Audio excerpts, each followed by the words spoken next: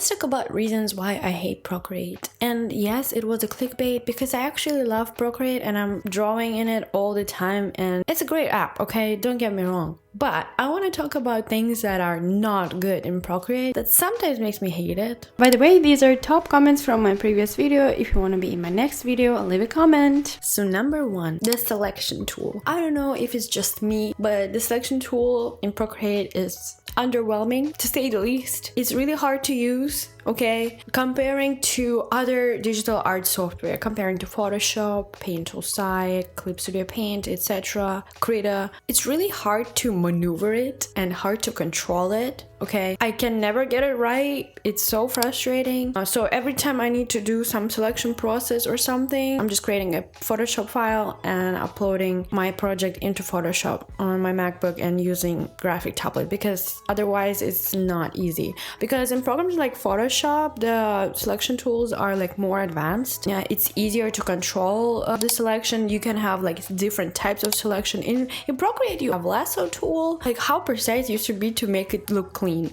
Like I can never do it. I don't know. Is it just me? Please let me know. Because in Procreate, if you're trying to select a small or detailed area, it's a struggle. Next thing that is super important that I've heard a lot of people talk about as a very negative side of Procreate is the cropping of the image. When you transform, resize, rotate, move an image in Procreate, anything that moves out of the canvas boundaries gets cropped. It is so frustrating. It's so limiting because especially if you drew something like from scratch, if you painted something and then it just like this element, like you move it a little bit and then it just gets cropped, like you cannot like get it back. Only if you like try to Ctrl Z, you know, the rotation or the transformation itself. But otherwise, yeah, if you're not too careful, you can crop your art when you're transforming it. It's so frustrating. Procreate, why? How many times I'm going to say the word frustrating today? I don't know. I really love a lot of things about Procreate, okay? Please don't get me wrong. Just I feel like I need to vent. In other apps, you can manipulate objects freely outside of the canvas, but Procreate crops it. It's programmed like that to save some storage or something on your device to make it work faster or something, because everything that is outside of the canvas, of course, the software have to store it. It has to it takes some space, right? So in order to make the system work kind of faster and not take that much space, basically if you're transforming something outside of the canvas, it's cropped. Okay, next problem that I found in Procreate, for me personally, I don't know if it's just me, maybe I'm just blind, maybe I'm just stupid, I don't know what's wrong, but removing backgrounds or making transparent images is so frustrating. I said it again, I'm sorry. It's not a simple one-click process, okay? Like in Photoshop or in some other apps, especially if it's just white background with some just some picture in the middle, I can just do it with one click, maximum two. In Procreate, again, because of the selection tool, I guess it's different. Maybe there's some method I don't know about. Please let me know if I'm missing something. I would love to be able to actually remove backgrounds easily because it's so frustrating when I'm only working on iPad. I need to Google some remove background website if I need a transparent PNG file, if I need to paste something into my project that has a background. Next thing, again, I don't know if it's just me. Maybe it's just me. Maybe I'm doing something wrong. Maybe it's just my Procreate because I did not see other people talk about it. But sometimes I cannot revert the cancel action. If I'm trying to Ctrl Z some process, but then bring it back, that's how I work. Sometimes I'm canceling action, but it's in history, right? You can revert it. If you didn't do any action after cancellation of your action, you can revert a canceled action most of the time. And in all other software, I can do that. In Procreate, sometimes I cannot. You know what I mean? Sometimes I can, sometimes I cannot. Sometimes if I cancel the action, it just disappears from history. I cannot revert it. Another thing that I noticed a lot of people have with cancellation of the action is some people accidentally click into their gallery. So they open gallery with their projects. And then of course, if you go back to the project, there's no history point blank period. You can't do anything with reverting actions or whatever. Next thing, again, we're walking around selection tool. I don't know what's going on with it in Procreate, but selection and transforming of the things is not very well done, in my opinion. I mean, it's very well done, but it's, of course, is done for the system, or like programmed in the way to make it as light of the system as possible, to make as less lag as possible. That's why some of the things, some of the features of Procreate are kind of different from other apps. That's why when you're trying to select and transform some object, it loses its quality. It becomes a freaking Minecraft. Please.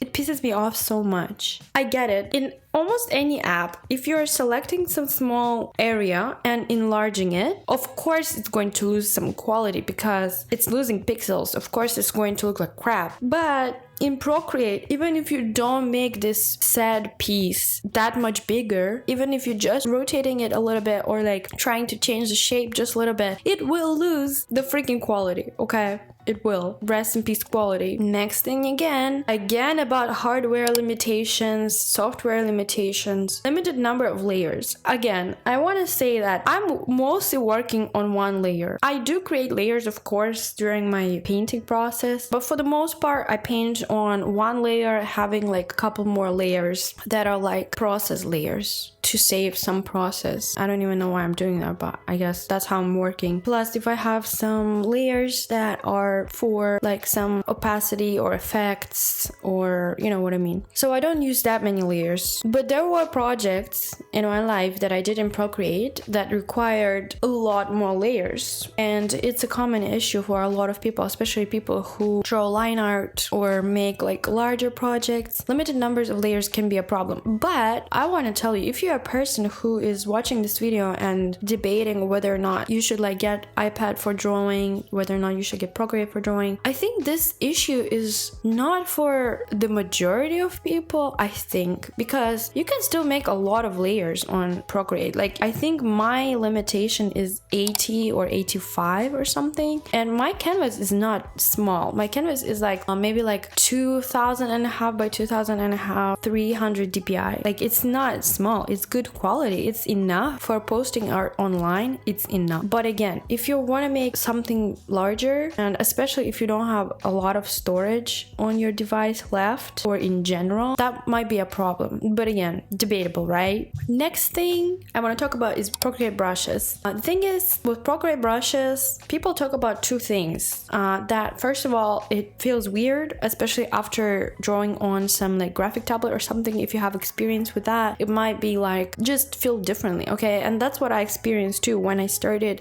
I got my iPad in 2018, and before 2020, I would say I barely painted on it. I mean, I did, but I was never almost 100% happy with the result because of the feeling of the brushes, so to say, because it is a little bit different. Plus the complex brush settings. Procreate's brush customization options are extremely deep. It can be a little bit overwhelming if you're trying to like toggle some settings by yourself if you're a beginner. And I know what I'm talking about because I have my own Procreate brush set you can get on Gumroad. Yes, these are actually perfect brushes for me. These are the settings that worked for me to make painting in Procreate more comfortable, you know, because the brushes, they do feel differently. And the reason why there's so many settings is, again, because it's not graphic tablet, it's an iPad. The levels of the sensitivity of the Apple Pen and stuff like that, they are different comparing to the pens that you use for your like graphic tablets. That's why the customization is different, and it does take a lot of tries and errors before you figure it out.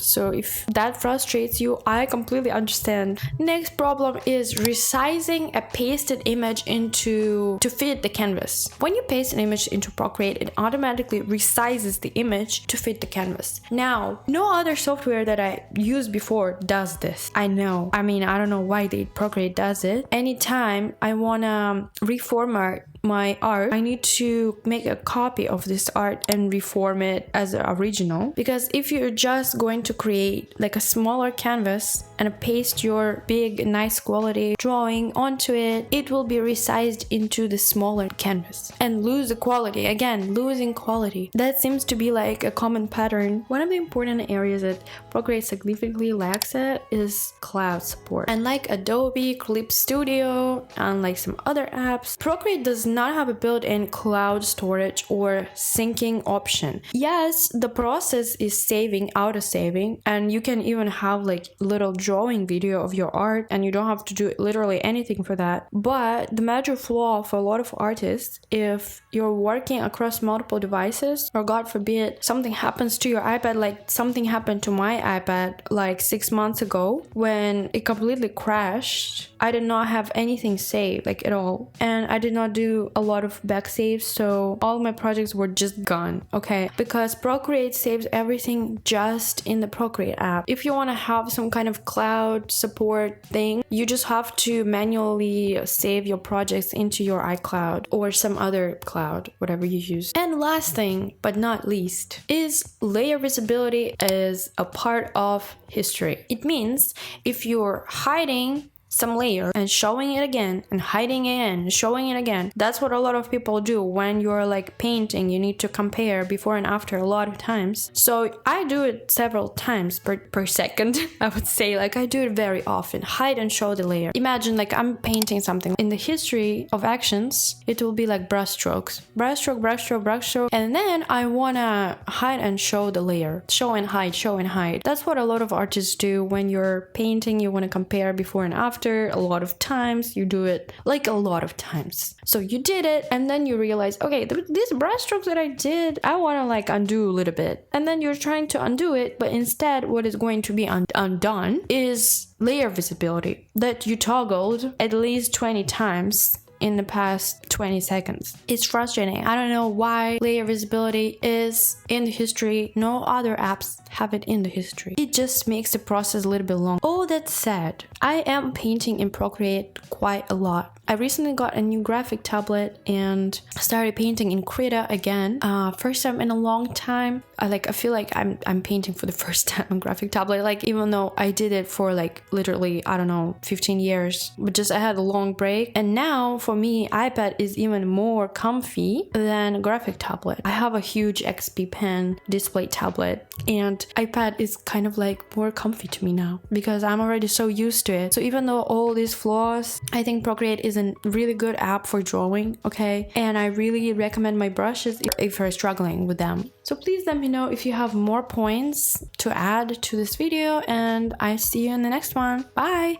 And thank you guys so much for 3,000 subscribers. Oh my god. Okay, bye.